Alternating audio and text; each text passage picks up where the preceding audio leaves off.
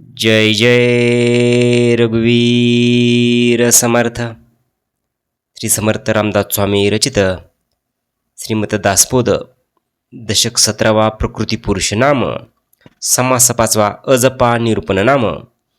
या समासात अजपा जपाचा अत्यंत सूक्ष्म आणि व्यावहारिक विचार मांडला आहे. या समासाचा संपूर्ण गर्भितार्थ खालील मुद्द्याच्या आधारे समजून घेता येईल. अजपा म्हणजे काय? सामान्यतः आपण नामस्मरण करताना जिभेने किंवा ओठाने मंत्र म्हणतो त्याला जप म्हणतात. परंतु आपल्या शरीरात श्वासावाटे जो जप आपोआप चालू असतो त्याला अजपा म्हणतात. समर्थ सांगतात की दिवसाकाठी आपण 21,600 वेळा श्वास घेतो आणि सोडतो. हा श्वास घेताना सो आणि सोडताना हम असा आवाज होतो. हा सोहम म्हणजेच तो परमात्मा मीच आहे. अखंड जप अखंड चालू असतो. सूक्ष्म दृष्टीचे अवलोकन.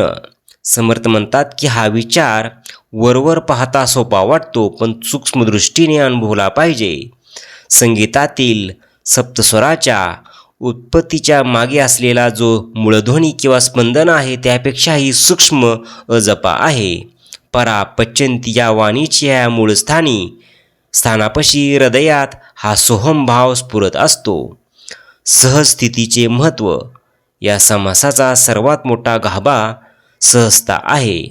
सायास विरुद्ध सहज.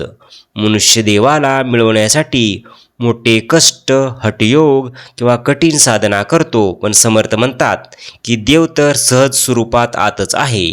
जो प्रयत्नाने मिळतो आणि प्रयत्न सुटल्यावर जातो तो शाश्वत देव नव्हे. मौन. एकांतात मौन धरून बसल्यानंतर शरीरातील या नैसर्गिक हालचालीचे आणि सोहम भावाचे भान येते. दरिद्री आणि लक्ष्मीचे रूपक. समर्थांनी येथे खूप सुंदर उदाहरण दिले आहे. एखाद्याच्या घरात भिंतीत, स्तंभात, जमिनीखाली अफाट संपत्ती दडलेली असते पण घराचा मालक मात्र अनन्न दशा भोगत असतो. याचा अर्थ आपल्या अंतर्यामी नारायण नावाचे अफाट धन असतानाही आपण बाहेर देवाचा शोध घेतो आणि स्वतःला दीन किंवा पापी समजून दरिद्री आयुष्य जगतो. आपण ईश्वरी चैतन्याच्या महासागरात असूनही अज्ञानामुळे कोरडेच राहतो. विवेकाची दृष्टी. ज्याप्रमाणे लक्ष्मी अज्ञानी माणसाला दिसत नाही पण विवेकी माणसाला ती गवसते त्याचप्रमाणे आपल्या शरीरात वावरणारा आत्मा ओळखला पाहिजे. जो या विश्वाचा चालक आहे तोच आपल्या देहात श्वासरूपाने आणि चैतन्यरूपाने वावरत आहे.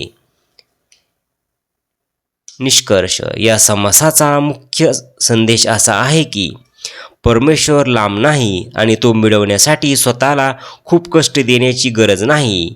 श्वासाश्वासात सोहमरूपाने तो परमात्मा तुमच्यासोबतच आहे. गरज आहे ती फक्त एकांतात बसून अंतर्मुख होऊन या सहस्थितीला अनुभवण्याची. जो या चैतन्याला नारायणाला ओळखतो त्याची आध्यात्मिक दारिद्र्य कायमचे संपून जाते.